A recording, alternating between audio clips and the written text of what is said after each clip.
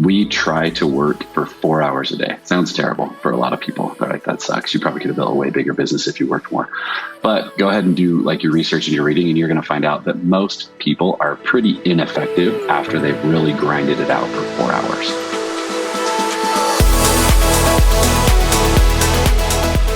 Yeah, thanks for being here. So I just want to get a little bit of the Dan Reed backstory, man. Whatever you want that to be, give us a little bit of backstory, include a little bit of the personal backstory, but then just kind of the rise of Dan Reed in the sales world, because I feel like that's an integral part of understanding the overall picture, especially including like your business picture. So what do you got? All right. Well, cut me off if I get winded or anything like that.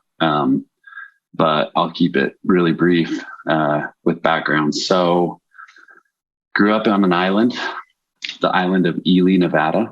If you don't know where that is, you should Google it. I call it an island because it's like 4 or 5 hours away from anything. It was a beautiful childhood, though.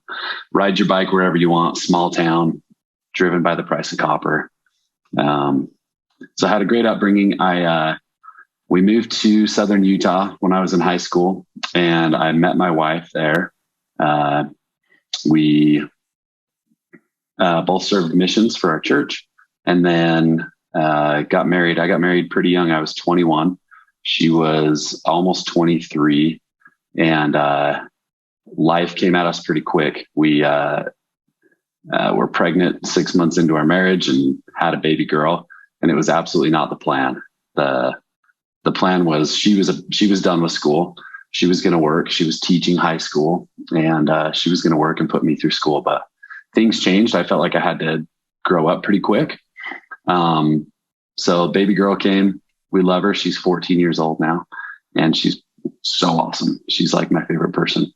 But that made me step up. So went to school. I started doing mortgages. I found that there was this weird thing happening where these people I was going to school with, I was actually, got an accounting degree and then got my master's in business, my MBA. And when I was in my MBA program, and even when I was in my undergrad, I was watching these other peers get to school early, study, stay at school late, spend time in the library, and do all the stuff, all the motion. And I watched them just burn hours.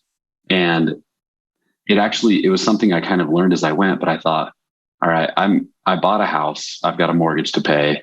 I didn't want to be renting or living with my in-laws when we had a baby. So I bought a house that I probably couldn't really afford, but I mean, the mortgage was $1,000 a month. And I was like, we got to make this happen. So I actually started doing originating mortgages and found that, hey, I can be really efficient with this. I can work wherever I have my computer or my phone with me. I can help people borrow money, and I can make, $4,000 or $5,000 a month, which for me in college was a ton of money. And I was able to, so this would have been 2008, 2009, 2007, graduated my undergrad in 2009 and then my MBA in 2010 or 11. So you started doing mortgages like post crash? Right before the crash, actually, which is funny. So I started in late 2006. And I remember getting these emails that were like from my uncle, who I always thought was a conspiracy theorist, but he's kind of been right about a lot of stuff. And he just said, hey man, the mortgage industry's going to melt down. You need to figure things out. And I'm like, this is weird. And then it did.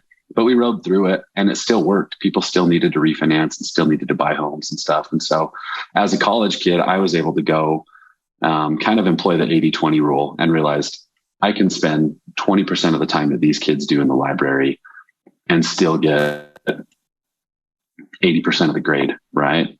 And I was like, if I can cruise with a B+ and A-, I don't need to go ace everything and spend 6 hours, 7 hours a day in the library. I can go make a living for my family and actually be with my family. Anyway, probably a lot of detail there, but it was a cool lesson for me where I learned, hey, you can be really efficient, and people spend a lot of time doing the wrong stuff with their time, or overdoing stuff that maybe is the right stuff, but they spend way too much time on it. They don't really practice that Pareto principle. So went from there, told myself I would never, ever go do summer sales because I knew some kids that had done it. And I felt like, I don't want to associate with these guys. And met somebody who's become a champion for me and a mentor that I'm still very, very close to and I love very much. And he talked me into it right after I graduated with my undergrad.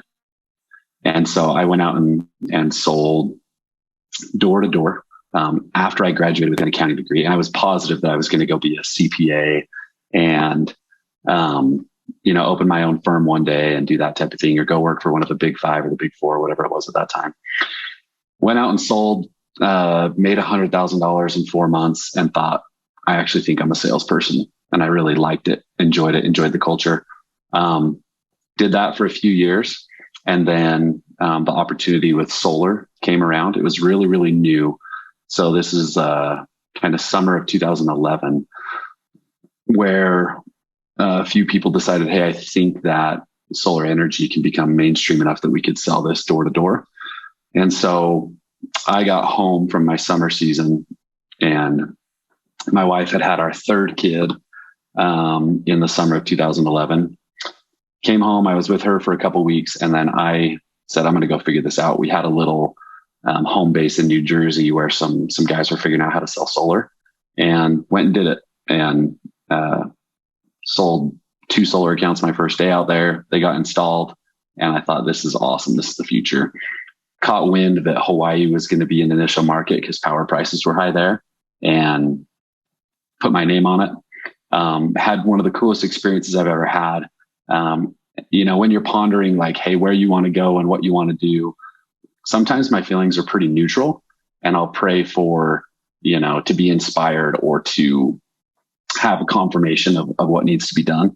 In this specific situation, we owned a small house in northern Utah. Things were good. We have 3 kids, and, I've got my degree. I can go work a normal job. And I just had this overwhelming, peaceful confirmation that said, just go to Hawaii, like, just do it. And so it probably looked really thoughtless to people around me. I remember my father-in-law actually coming over and standing with me in my driveway and just being like, so what are you doing? Like, do you have a job there? Do you have a place to live and all this? And I never once had any doubt. I just had all this peace that said, just go stick your flag in the ground, mark your territory, make it work. So we sold our cars, we sold our house, we put a couple things in a storage unit, and then we packed up 20 suitcases with our 3 kids, 3 car seats, couple strollers. And we were an absolute yard sale going through the airport. But I remember my parents and my wife's parents kind of dropping us off at the airport and just looking at me like, what are you doing? We got there. There was no equipment. There was no warehouse. There was no established anything. Got to a hotel, went out and bought a box truck so that we could go haul solar panels around, bought some solar panels from, who would become a competitor that had some stuff that we could buy. And then just started knocking doors with an 8.5 by 11 sheet of paper with a contract on it. And got there in February of 2012, got there on Valentine's Day.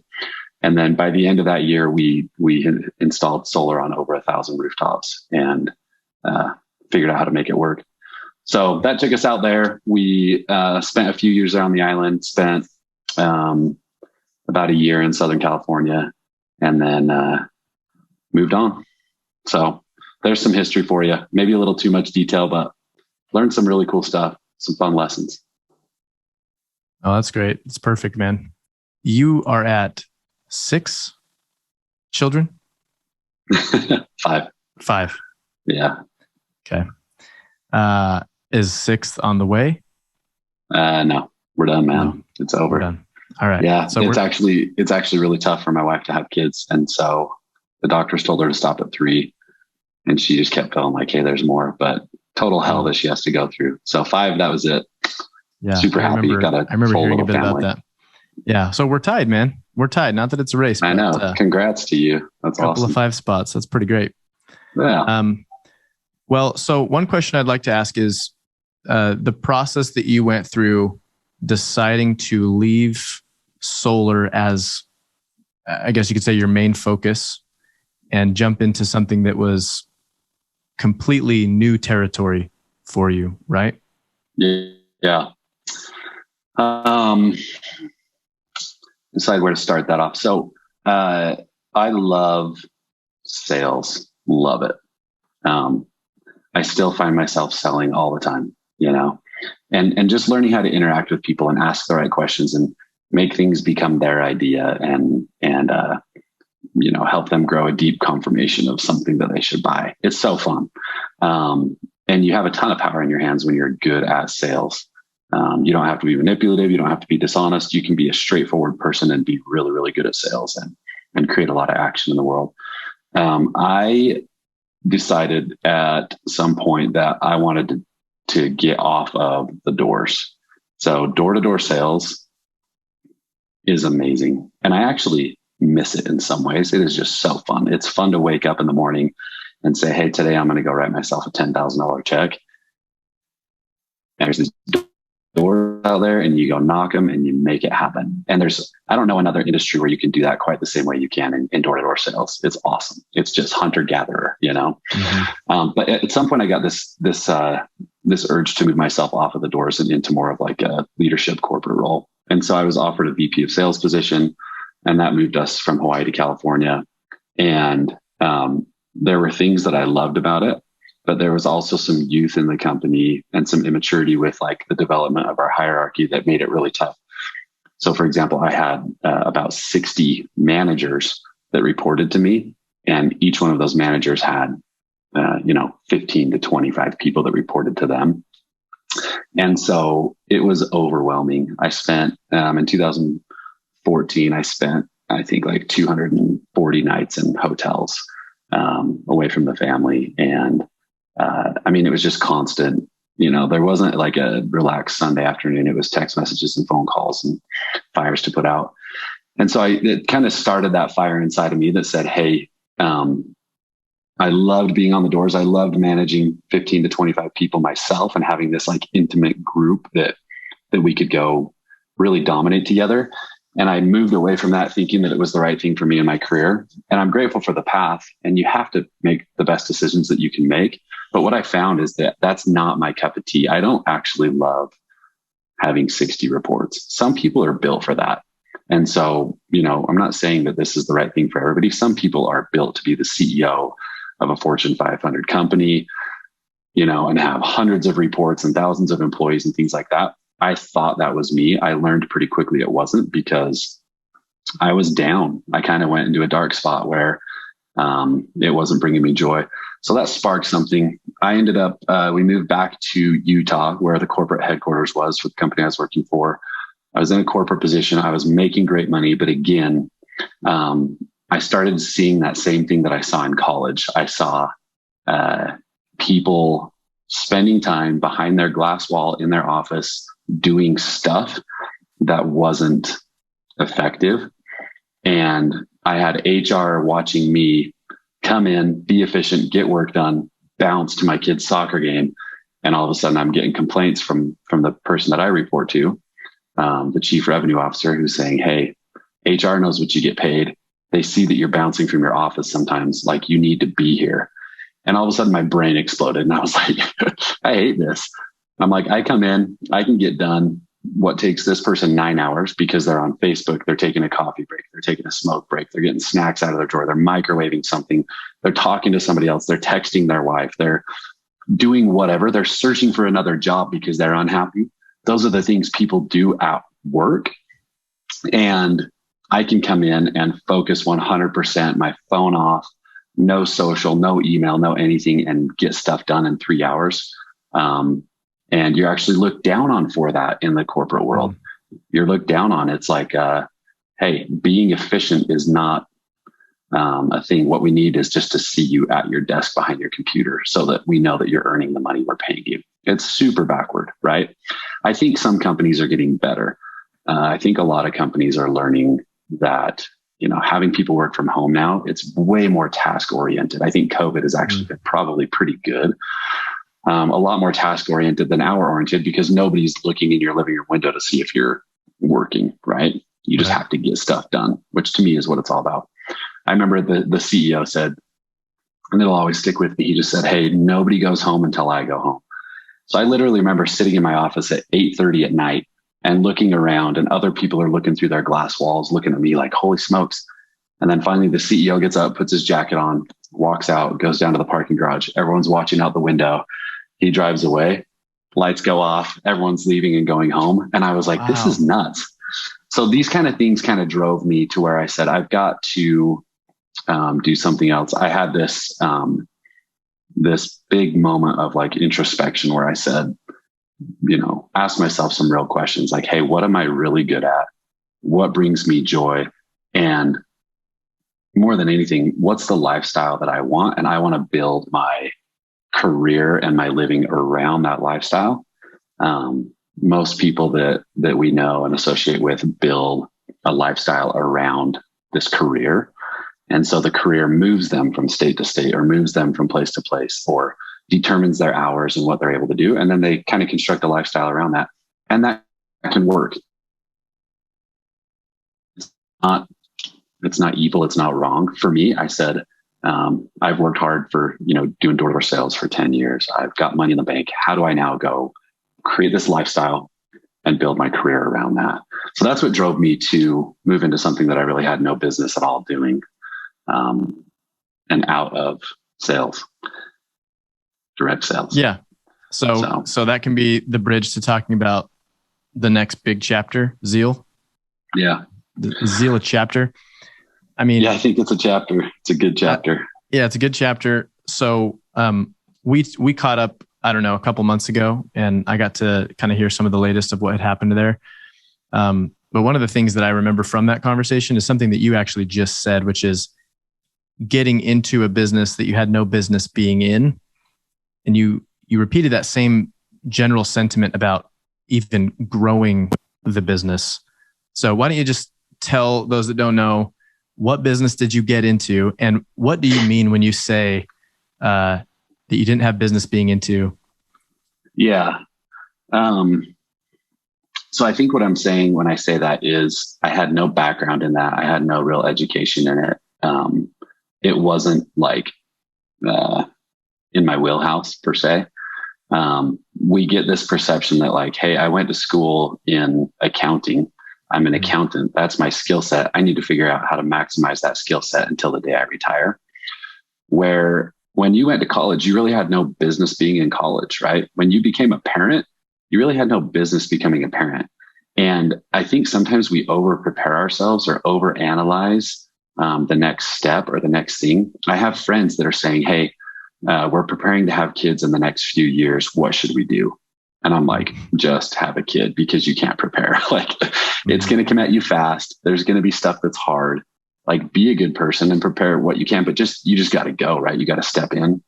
And so at some point in life, I don't know what it is, where we become a little more risk averse. We decide that there's things that are always going to be outside of our wheelhouse that we should never do. So I think that's what I mean. Because it was e-commerce and it was health supplements. And, I had no background in either of those things. But when I did that introspection and said, hey, what's the lifestyle that I want? That fit into something that I could build around that lifestyle. And, some of the things that I wanted was I want to have the maximum amount of time with my wife and kids. That's super important. I also want to have time and ability to take care of myself, right?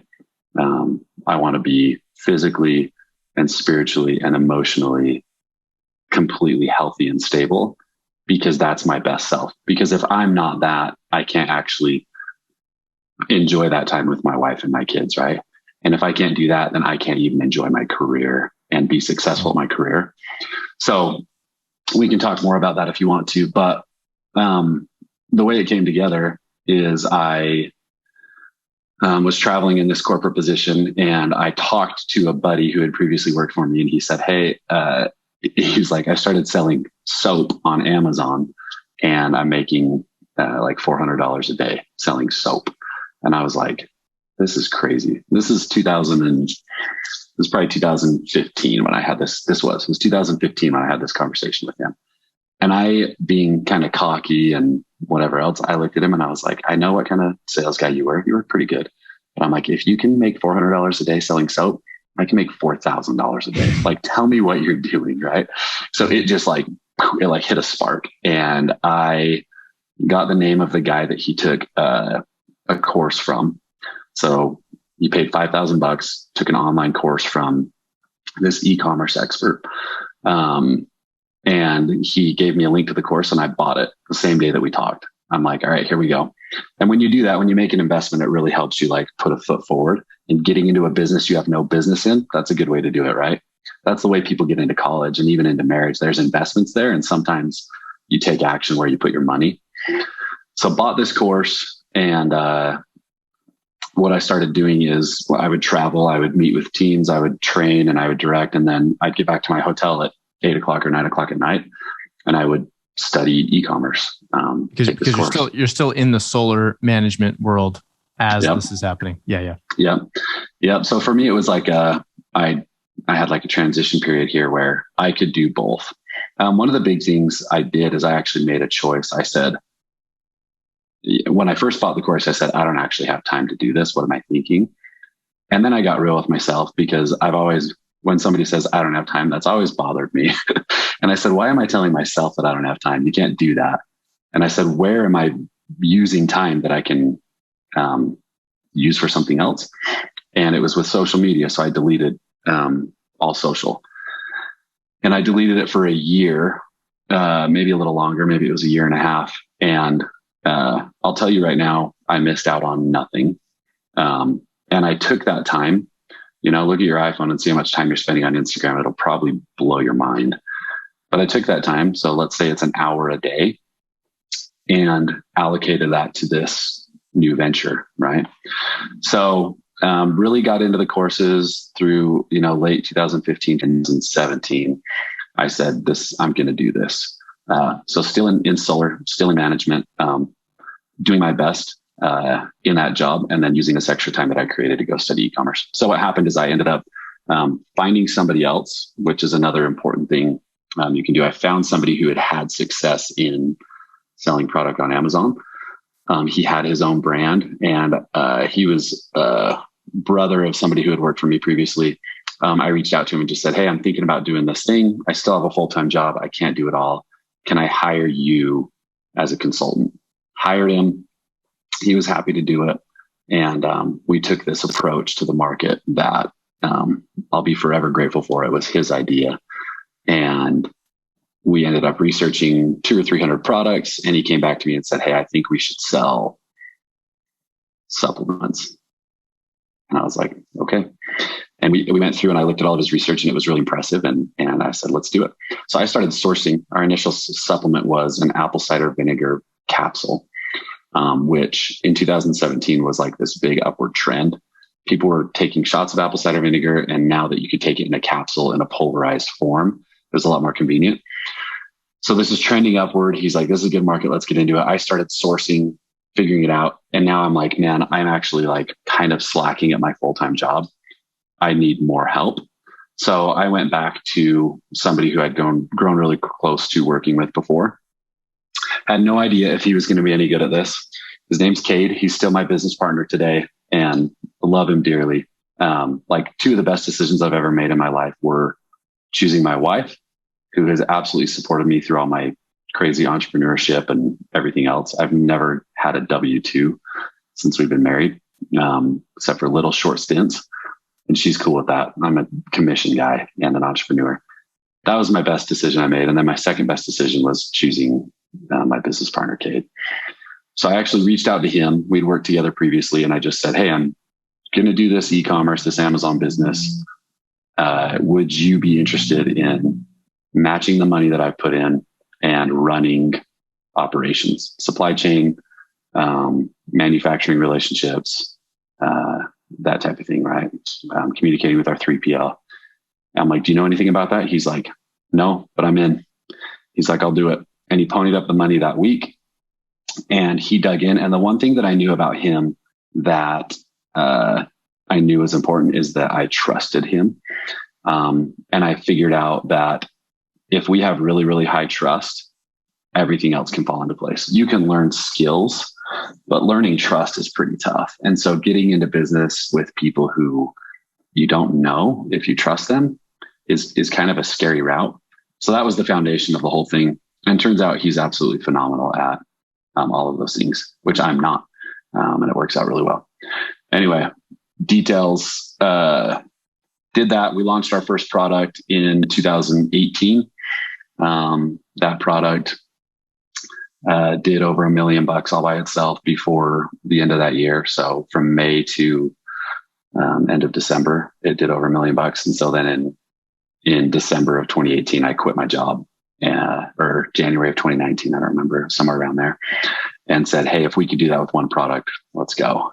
So we ended up in 2019 launching about 20 more products, and 2020, another handful. And then in early 2021, there was a big appetite for e-commerce businesses in like the private equity world. And so we had multiple groups reach out to us to buy our company, and we entertained some, and then ended up wrapping up a deal in the spring of 21.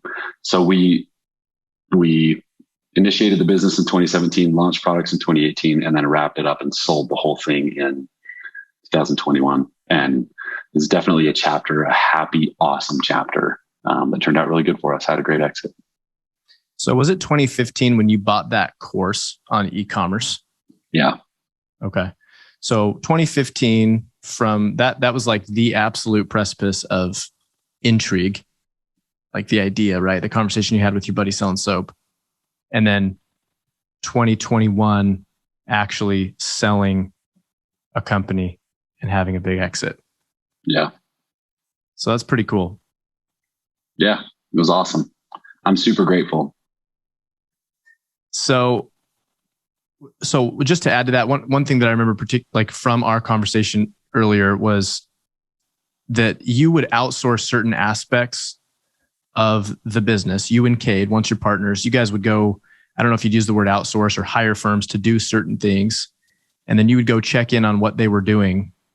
And you would just say, no, why are you doing that? Don't do that. And they would say, well, I don't know, fill in my sentence here. I remember you had a great point about that. Like they had all these technical reasons for doing certain things, and you were saying, push the gas pedal, just go, go, go.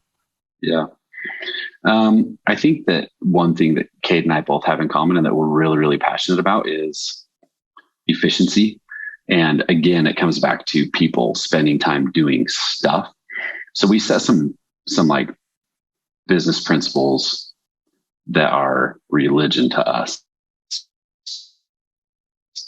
early on in this business, which I think was really unique. Like we actually had an opportunity we launched a product that started making money. And I said, hey, this is going to be real. Let's establish some stuff. And so we established a couple of things. We decided we will not put in hours when we're not being effective. In other words, and like in more specific terms, we try to work for 4 hours a day. Sounds terrible for a lot of people. They're like, that sucks. You probably could have built a way bigger business if you worked more. But go ahead and do like your research and your reading, and you're going to find out that most people are pretty ineffective after they've really grinded it out for 4 hours. And so some days it's 5, and some days it's 10, and some days it's 15 hours. It depends on what's happening. But most of the time, that's kind of our minimum basis is, hey, we get together, we crank out our work, we're 4 hours in, can get home, my kids get home from school. And again, I built this career around my lifestyle, right? I truly believe that we get more done as a partnership where each of us put in 20 hours a week than a company with 15 or 20 employees that all try and put in 8 hours a day, right? And 40 hours a week. Because again, it's about being efficient, and it's about looking at what your priorities actually are and knocking those things out. You can spend a lot of time on the wrong stuff again. And so that's one thing we do. So early in the week, we get together and we say, all right, what are the big things we want to knock off? What are we going to be happy about if it gets done? And then we knock those things off the list really, really fast and move on. So that was one thing. So we also set these ground rules where we said, we don't want to get mixed up in things that are not our ultimate strength, right? So Cade is incredibly organized and meticulous and detail oriented. And he's also conservative. He keeps us from getting sued and he makes good decisions.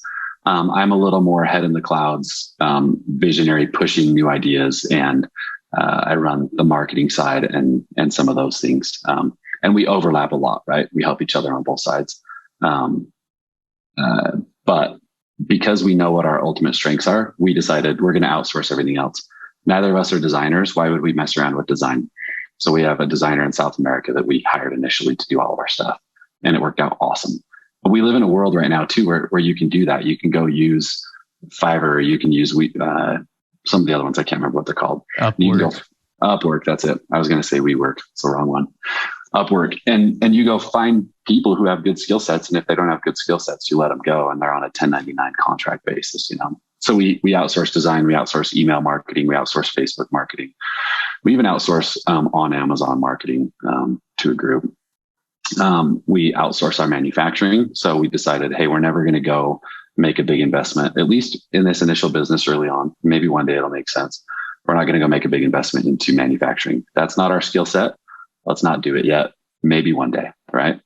So we outsource that. We outsource fulfillment. We outsource, everything associated with fulfillment, packaging, et cetera. And so what happens is we live in this little office here and everything happens over the computer. And we're working with people around the country and around the world that take care of skills that they're really, really specifically good at those skills and we're not. So that was another thing that we set a ground rule on is, hey, we're going to work as long as we're effective and we're going to outsource everything that isn't our ultimate strength.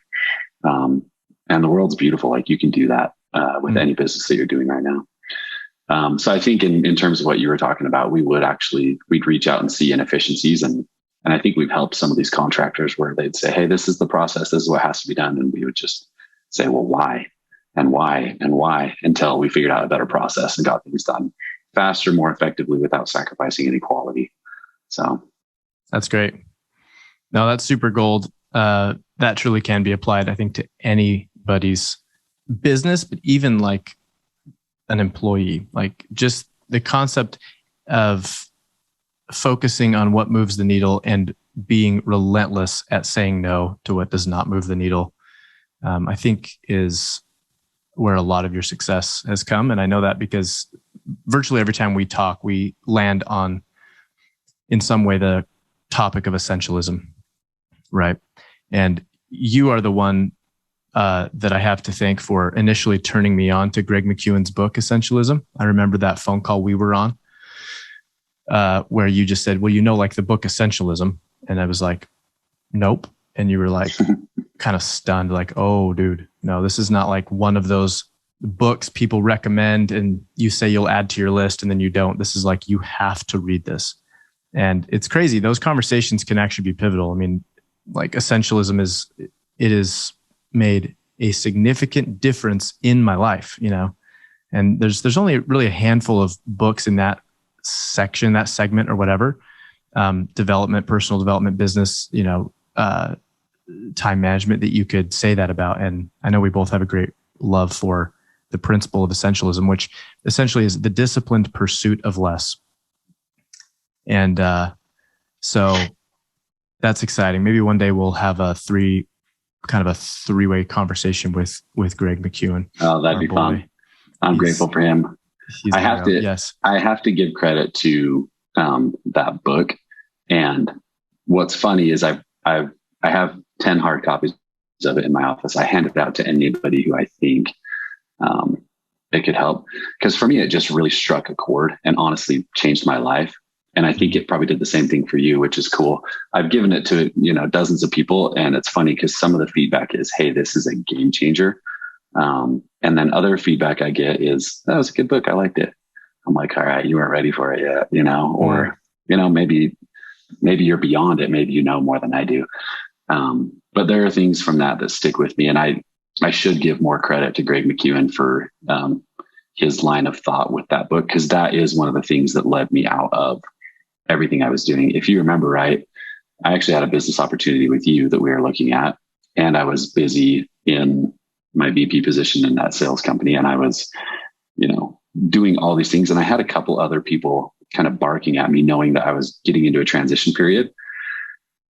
And reading that book really helped me look at things and say, some of the one-liners are like, hey, you can do anything, but you can't do everything. And I'm like, oh my gosh, I really can do any of this stuff, but I cannot do it all. And I had to just start cutting stuff. I had to call people on the phone and say, hey, I love you, but the answer is no.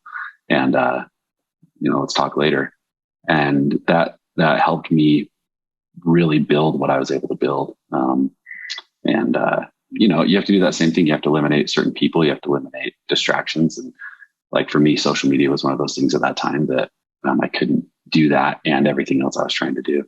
So yeah, I'm grateful for that. I could talk essentialism for the next couple hours, Yeah, for real. You really can get to a place where saying no is kind of a rush, right? It's like, let's see how far we can take this concept. It's like that when you discover a true principle, right? There's like the two levels for me. I think of like, there's the conceptual understand it.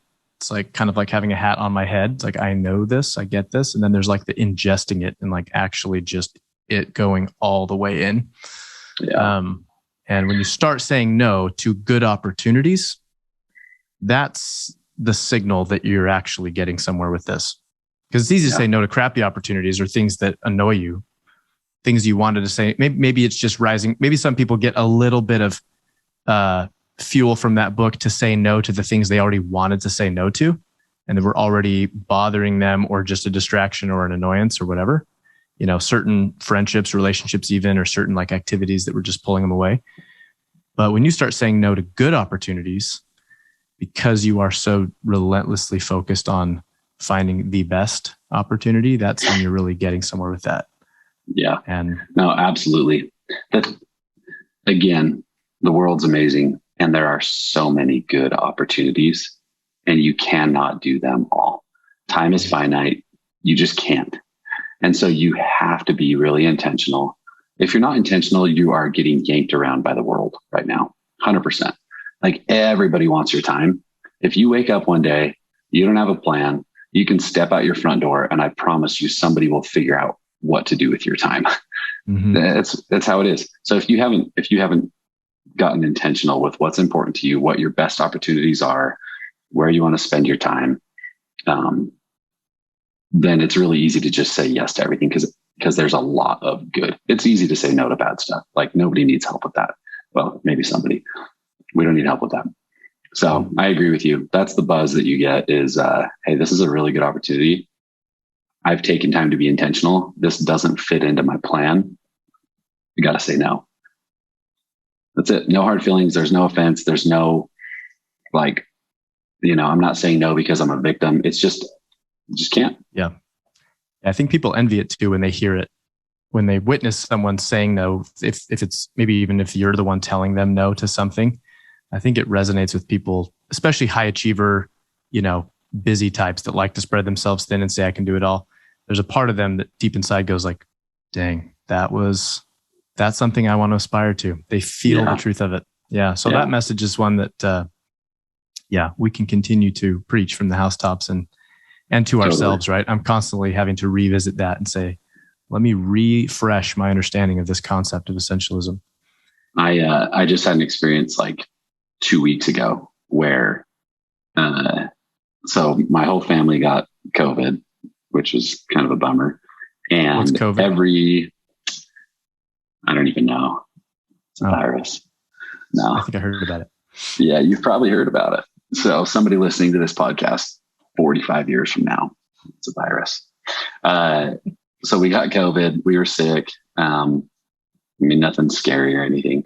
Anyway, every September for the last 5 years, I've done this triathlon in California with a group of buddies, and it's one of my favorite things all year. It's a tradition.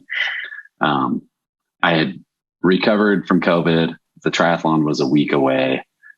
Kind of recovered. I don't know if you've had it or not, but my energy was just super low, and I know that's part of it. It just sucks the life out of you, right?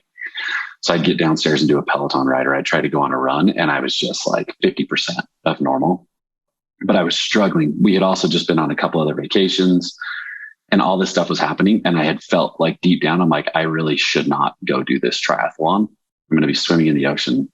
I'm going to drown, this stuff. But I kept pushing through it. I'm like, dude, it's a tradition. Your buddies are there. There's social pressure. Like, you love it. It's fun. And some words came in my head from the book, which is, if it's not a clear yes, then it's a clear no. And all of a sudden I had clarity and peace. And it was just like that. Texted everyone on the group and said, guys, I'm out. Just not happening this year. And then it was done. And all the chaos went away and all the peace came rushing in. And it's amazing how much torture we put ourselves through when we deliberate over things that we know are not a clear yes. And so, like, I know you read recently, you've been into Naval. I just finished that almanac. So good. And when he talks about happiness, it coincides with peace. And we actually strip ourselves of a ton of happiness because I think we deliberate over decisions and we choose to hold off on a no because it's going to hurt someone's feelings or it's going to make us look bad or whatever. And then you delay that peace. As soon as you say, hey, this is not a clear yes, it's a clear no. The answer is no. Yep. All that stuff goes away. Peace comes in and you can actually enjoy happiness in your life. We do that all the time. So, and the truth is, when it comes right down to it, nobody really cares what you do except for you. Like, you just have to make those decisions. They get over it so quickly.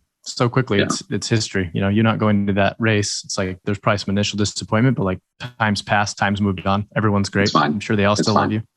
Yeah. In my head, I'm like, I've done it every year. I can't break this tradition. And it's like, okay, I'll go next year. That's fine. Mm-hmm. Anyway, yeah, that's like, it's so trivial because it doesn't matter. It doesn't matter at all. It's so trivial, but yet it takes away our peace, even the little trivial things like that when we deliberate over those decisions. Yeah. I love the definition of the happiness we seek as being really about peace, because there's a lot of variants of happiness. Happiness can be a lot of things. Yeah. Peace really seems to be kind of the cardinal pursuit there. So, well, this has been great, man. I do want to ask you a little bit about parenting for a second, because, you are maybe not living in Utah that unusual.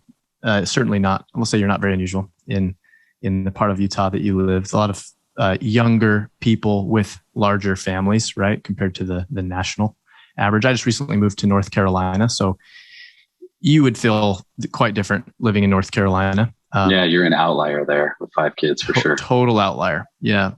We were like walking down the trail in our neighborhood the other day, and people they see like 3 of us, like, oh, that's nice. And then they see that there's a stroller with 2 children in it, and they just kind of get confused and concerned. I don't know, wonder how they can help. What tragedy took place here?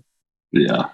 But I love being a dad, and I know you love being a dad, and you have really cool kids. Like, I've distinctly thought, when I've hung out at the Reed home, like, man, I want my kids to be as cool as the Reed kids, and cool in the sense of just like that you get along with them, you have similar likes and, similar music taste. And I just love that. And so I want to ask you, like, what do you think is one of the challenges? What's an interesting challenge that you are aware of right now when it comes to raising kids in 2021, particularly because you're out of the little kids phase, because your oldest, is it Aurora? She's 14. Mm-hmm. And your youngest is? I have a 2-year-old, so I still have some little kids. Okay, because you have a 2-year-old. We're across the board. Yeah. So like the junior high age, kind of approaching that. I just want to know, like, what concerns you? What's a challenge? What's something that you either are dealing with or see on the horizon that sure you're gearing up for? Well, I think there's a lot. I think that it's important to not approach it through like a fearful lens. Mm-hmm. Like, hey, look out for this stuff. But just to be wise and to be aware of what's happening. So speaking of a teenager specifically, so I've got her, and then my boys are 10 and 11 years old. So they're just right behind her on having more teenagers. Again, just like anything, like I don't have any business raising a teenager. Like I feel like I'm still a teenager in so many ways, like just figuring things out, having fun, crashing on my bike and my skateboard and everything else that they're doing. And yet here I am, like in charge of their life in a way. So that's the first thing is like, hey, you probably can't really be prepared. So just take a deep breath and do your best. And then I think focusing on like the real base principles. Are you talking, right? That doesn't happen naturally with your teenagers. It's not like, yeah, we're having lots of conversations. It's just working. Maybe it does for some people. I think most of the time, naturally, what starts to happen is if you don't take action and become intentional, you will drift apart, right? They're going to be interested in something that's weird to you. They're going to have friends that you're not a huge fan of. You're busy working. I also have these other 4 kids I'm trying to take care of. I don't have time to talk to this teenager. So just like some of the other things we've talked about, it has to be part of your plan and it has to be intentional. Are you talking?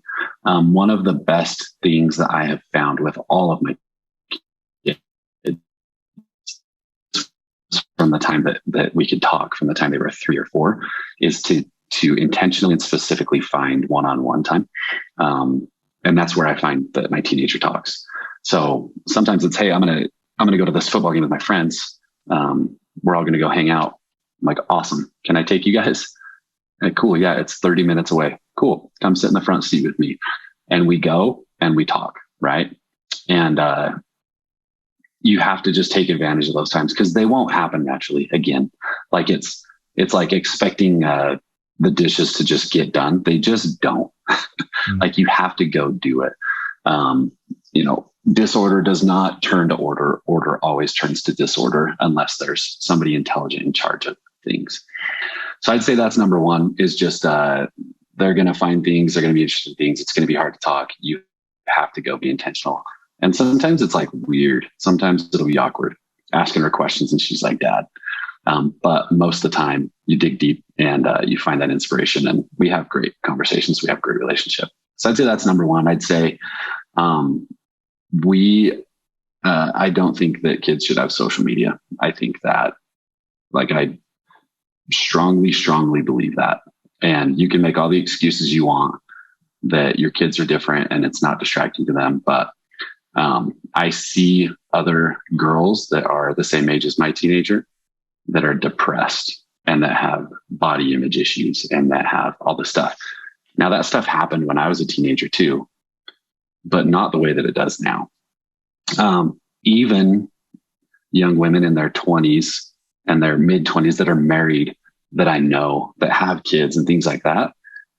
Social media is putting an undue amount of pressure on them. That I think is just incredibly unhealthy.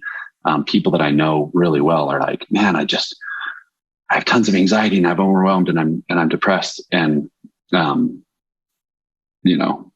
I understand that there's medical, chemical stuff that can happen, but when you're troubleshooting a problem, like you start with like the easiest stuff first, right? Like if you're trying to lose weight, you don't go to Mexico and meet with someone to do like a stomach bypass or whatever. That's not the first step. The first step is, all right, let's try and eat better and exercise, right? So it's the same thing when you're like processing stuff with your own emotions. Hey, maybe it's social. That's easy just to leave it, right? So I think that's another one. I think that you, as a parent, will get a massive amount of pressure for your kids to have social. You have to sit down and be real with them and talk about it. I can keep going. Another. So that's a hard no. What's the? Yeah. Do you have clarity on like? Is that till a certain age? Is that while they live in the Reed home, no social media? Is that a evolving thing? Yeah, I think it's when she's an adult. That's where I'm at right now. And maybe I'll change on that. But I just see it. I see some of the friends and people that she's with that do have social. And this is what they do all the time. And even when they're together in a group, they're right here and they're worried about stuff and it brings them to tears. And then they gather around and I'm like, this is crazy. So as of right now, when you're an adult, you can go have social, but hopefully and I'm not about limiting stuff. Like we have candy everywhere. We have soda pop everywhere. And my kids eat a little bit. and they'll drink a little bit of soda, and they have really, really good balance, because I think having access to stuff and not being super extreme and withholding things is good. Social to me is like having cocaine on the countertop. Like, it's not candy, it's cocaine, right? That's how I feel about it for a teenager. The other, anybody wants to talk about that and argue with me, I'm super open to it, because we're all learning, and there is no like instruction manual for how to manage teenagers and social media right now. Like, she has Pinterest, which is kind of a little bit of social, right? But I've got limits on it. She's got 30 minutes a day to be on Pinterest. She has Marco Polo, right? So she interacts with friends there. Big fan of Marco Polo. Yeah, but she's not death scrolling through Instagram or Facebook. So what's the rule with phones? TikTok. Like when can they get a phone? I think it's different with girls and boys. That's my opinion. Boys look at pornography, and you're stupid if you don't believe that. They do. I've told my sons, and I've had a very, very blunt conversation with my daughter, that I've just told her, I said, hey, the 14, 15, 16-year-old boys you hang out with who have smartphones, they look at porn. And she's like, really? And I'm like, yeah, I promise you. I'm like, some of them might be addicted to it. Some of them might not. All of them have seen it. And it's probably a problem, because they have access to type 1 or 2 words into Google and click one thing and see the most grotesque, detailed stuff that they should not see. And that's worse than cocaine, right? That is absolutely shooting meth into your arm. Like, it is so harmful. So I've had that blunt conversation. So for my boys, I've just told them straight up. I said, so we just got my son, my 11-year-old, he's got an Apple Watch. He can't browse the internet on it. He can make phone calls. He can send text messages, and, he has a limited amount of time, but we can find him and communicate with him and get him back and forth to practice. And I think it's good. He's not going to get an iPhone. It's not going to happen. There might be a point, maybe when he's 15 or 16 or 17, that it makes sense. Right now, we're going to just keep it super limited. Is there going to be social harm because he doesn't have an iPhone? Maybe. Is that social harm in any way comparable to the mental and emotional harm that comes from looking at pornography early in life? Absolutely not. Is he going to lose friends? I don't actually freaking care. He's going to be fine, right? Probably not. And so I think more parents need to take a stand on that. So that's where I'm at. We got my daughter her phone when she was 11. We got my son his Apple Watch when he was 11. That's kind of when they start going to friends' house and being places, and I just want to keep track of them. Yeah. But there's a lot of parental controls that you can set up and things that you can do, and you can see where they're spending their screen time and things like that. Again, you have to be intentional. If you're not intentional, if you're not planning it out, if you're not taking action, then I promise you it's going the other direction. Like order is becoming disorder. That's just the natural way things go. So that's how I look at it. No, I love that you understand your principles, your standards, you and your wife are united on it. And I think a lot of people need to hear that message. I really appreciate that message. I just pulled this off my shelf as you're talking. I don't know if you've heard of this one, but I've been reading it. Nicholas Kadaris. It's called Glow Kids. You're already there, but like anyone who is kind of maybe feeling like, man, I don't know if it's as big of a deal as Dan is talking about or whatever, this book will make you very, very uncomfortable. But it talks about how, those that were behind the original iPad, like whoever was on that team and some of these creators of certain social media apps, it lists some specific names. Like they would not allow their kids, the iPad one in particular, they would not allow their kids to have iPads. Like they understood, just a little bit further than the average person, just the level of like hooks, these hooks, these addictions that are getting set in, what it does to change the brain. So it's wild. It's just wild. It's a really, really, really tough one. And so I know I probably have some firm and extreme like beliefs and opinions on that, and I'm standing by them right now. I also believe that your kids need to be exposed to stuff. That does not mean that you hand them a line of cocaine, right? There's a balance there. They will have smartphones. They're going to be adults. They're going to interact with social media. It's going to be all around them. So there has to be a balance there. They need to learn how to have a healthy relationship with technology, with screen time, with social, with all that stuff.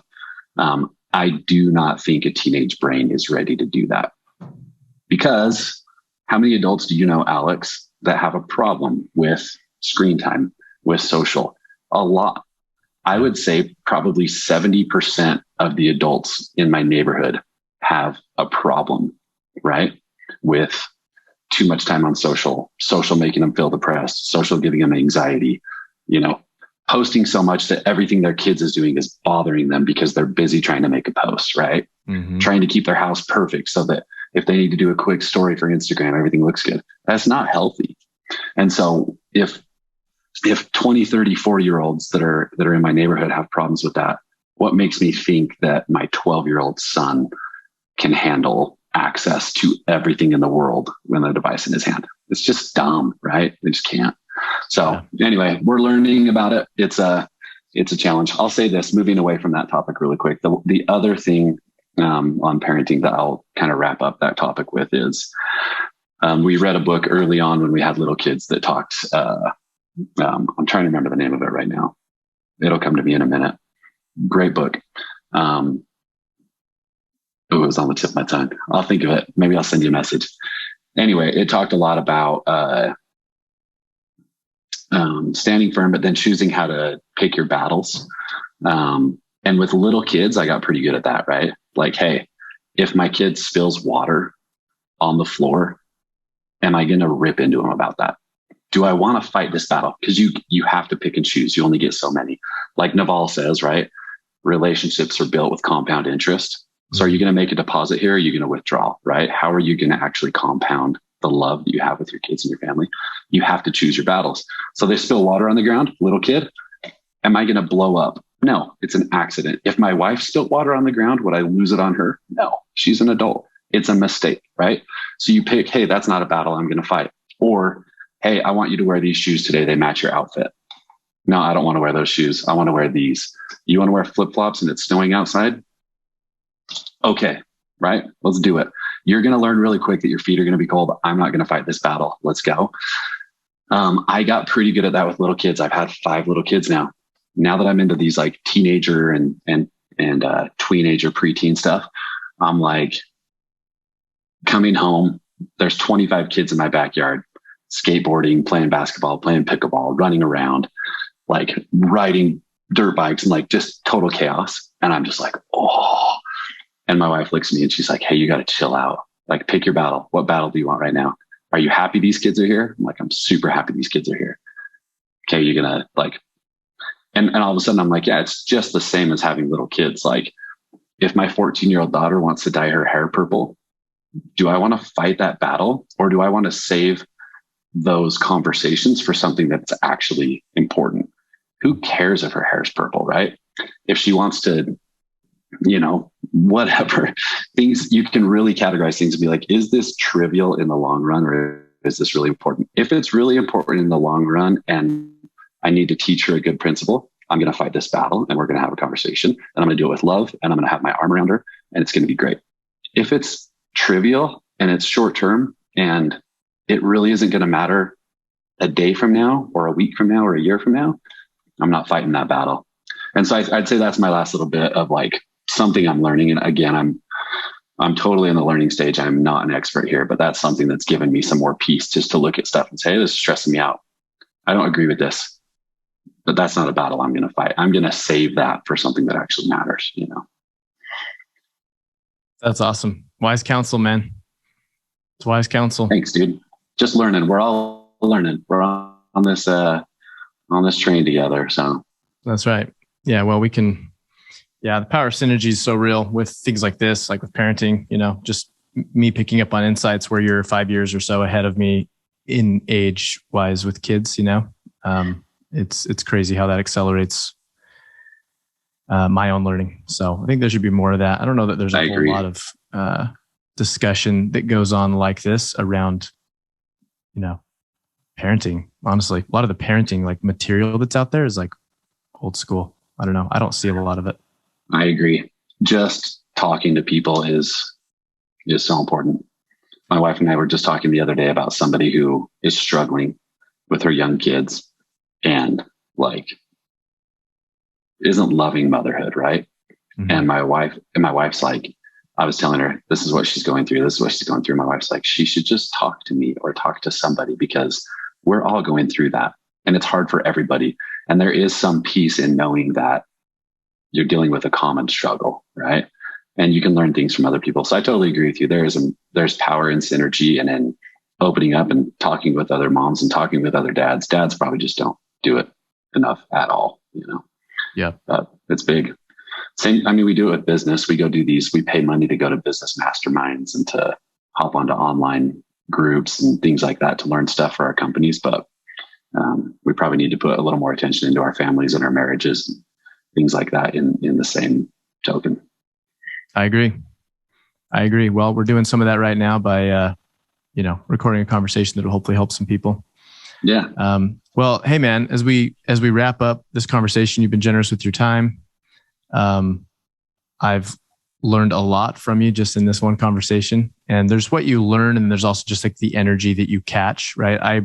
You get to kind of draft and experience, some of the byproduct of someone's energy, which is really appreciated. So, the demographic or the target audience that I aim to serve with things like this, I've kind of identified it as being like entrepreneurial millennial men with families or that want families, even the guys that are like not yet married and really want to be, and trying to just really aggregate material and conversations like this, content that serves them and helps them become their best self.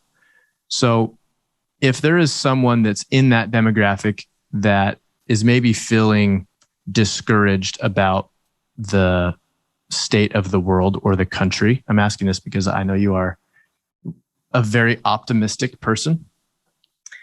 If someone's feeling discouraged about getting into business like you did, like leaving one thing and going into more of an unknown venture with, higher risk, or is discouraged about raising kids in this day and age, discouraged about getting married, worried about, all of the discord and disarray.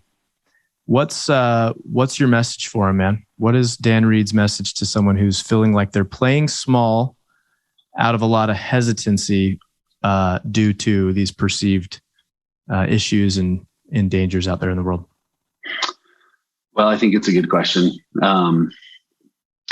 A couple things. So first of all, fear is the enemy to faith, right? And without faith, you're not progressing and you're not finding happiness.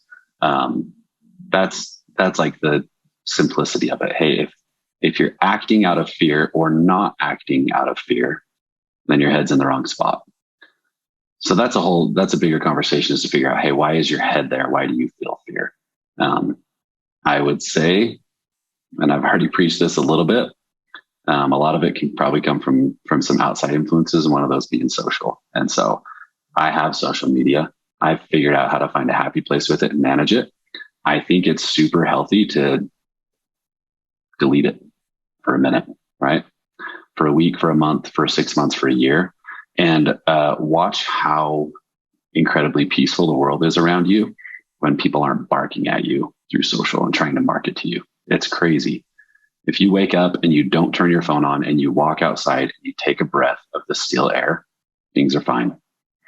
If you wake up and you look at your phone and you read the articles and you look at the stock market and you learn that the government's about to run out of money and that COVID's killing everybody and that Afghanistan is in disarray and all this. Yeah. Is there reality to that stuff?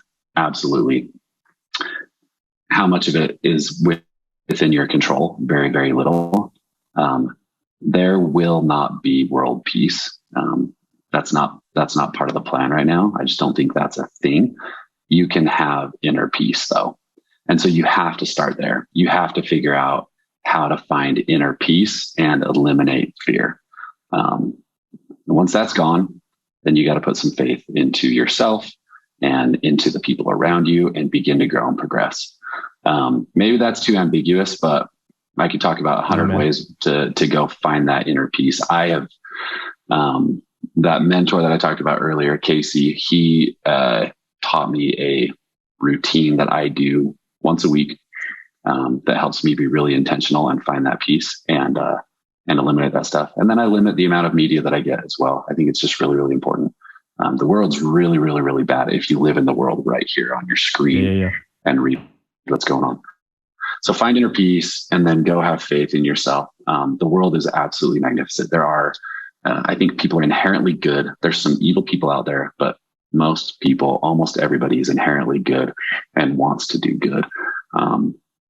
So you find them and you associate with them and then you go start taking steps forward. Another little exercise that I would say is if you're acting or not acting out of fear, by that I mean like your decisions are dominated by the worries you have. Just go through this little exercise where you think back on the greatest fears that you've ever had and really like dig into those. Like, hey, I was afraid that, whatever, big things. I was going to get hit by a car on the freeway, or that my wife was going to cheat on me, or that, whatever these big fears are. And then start listing how many of your past big fears have ever actually manifest themselves. And I bet the number will be really, really close to 0. Because that's what we do, right? Sometimes we create drama, we create fear, we create illusionary experiences. It's kind of a natural man thing that we do. And they're not real. And they'd never, ever, almost never, ever come to fruition and actually manifest in our lives. So I like doing that exercise because sometimes I'll sit and be like, man, I'm actually super worried about this. And, this is really ripping me up and I can't sleep. And then I'll take a deep breath and say, all right, when was the last time I felt like this? Oh, I was worried about my business not working. Well, did that happen? No, we got through it. It thrived. It was awesome. All right. So why would you worry now if that worry you had last time didn't actually come true? I don't know. For me, that's a good exercise. Just try, eliminate fear, find peace and move forward. So I love that, man. I love it a lot. Sure appreciate you. Grateful for the mentor you continue to be to me. And I look forward to seeing what big games you continue to play, especially in business. It'll be fun to get, we're doing some fun stuff right now. 2-year down the road update. Yeah. You hit a home run and now you get to ask yourself some new questions. Yeah. It's fun. So fun. That is fun. Okay, well, I love chatting with you, Alex. Thanks for having me on, dude. Always great to catch up and see your face and love watching your family grow. You're a great dude. So thanks again. Hey, appreciate it, man. Okay. Well, much love, brother. We'll talk to you soon. Sounds good. See ya. Okay. See you, bro.